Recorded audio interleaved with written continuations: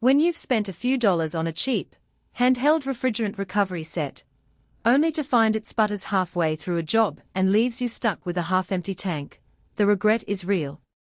That moment of frustration makes you wonder if the budget option was ever really a budget at all. The question then becomes, does stepping up to a heavy-duty unit actually save you time, money, and stress, or is it just a pricier version of the same problem? The Robinair 34888HD heavy-duty 134a recovery, recycling, and recharging machine promises exactly that: more capacity, full automation, and a few extra ports to keep the workflow smooth. Link is in the description if you want to check the product details on Amazon. What I've seen in the shop and heard from techs on forums is a pattern. People who run a single car service bay often make do with a small, portable machine, but as soon as they start pulling larger refrigerant loads, think SUVs, trucks, even a school bus, their little unit just can't keep up. The 34888HD is built for that second tier of demand.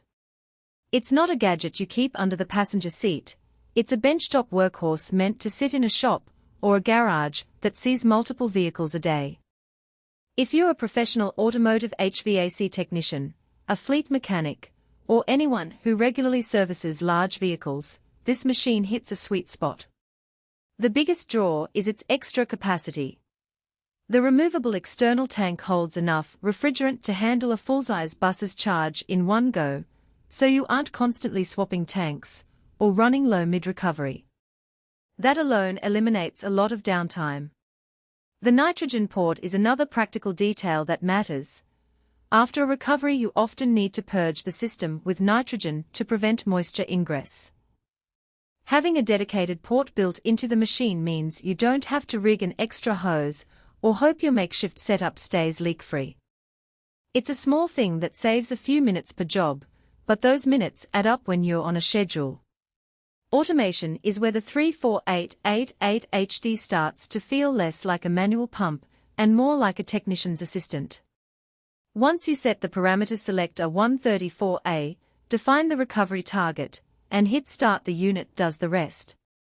It cycles through recovery, evacuation, and recharging without you having to constantly monitor pressure gauges. The programmable vacuum function, defaulting to 15 minutes, is a nice safety net.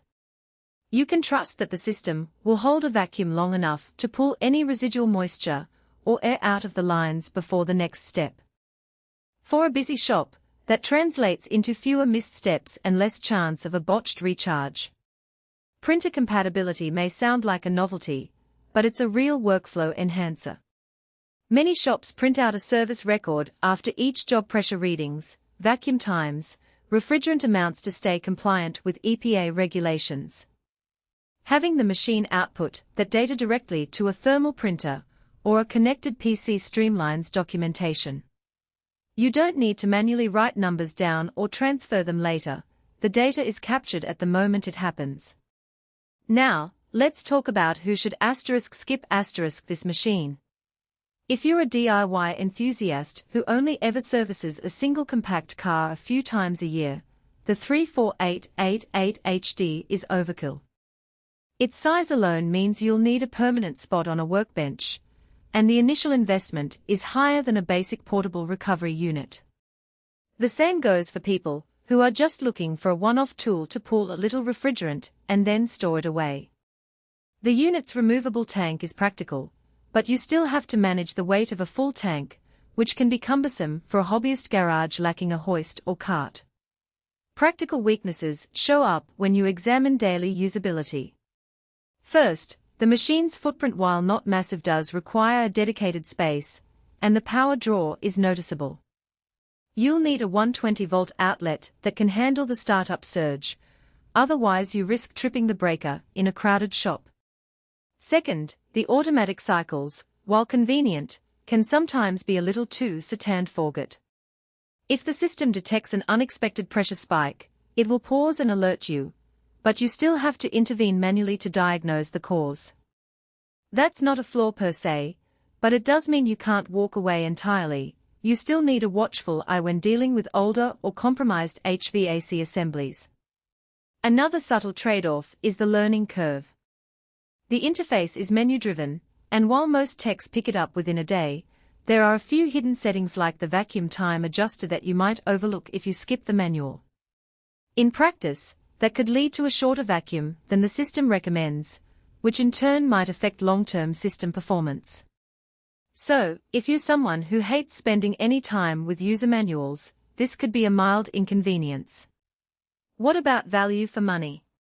The 4.3-star rating from 41 users suggests a generally positive reception, and the feedback leans toward reliability. When you consider the cost of downtime from a failed recovery, lost labor, potential rework, and the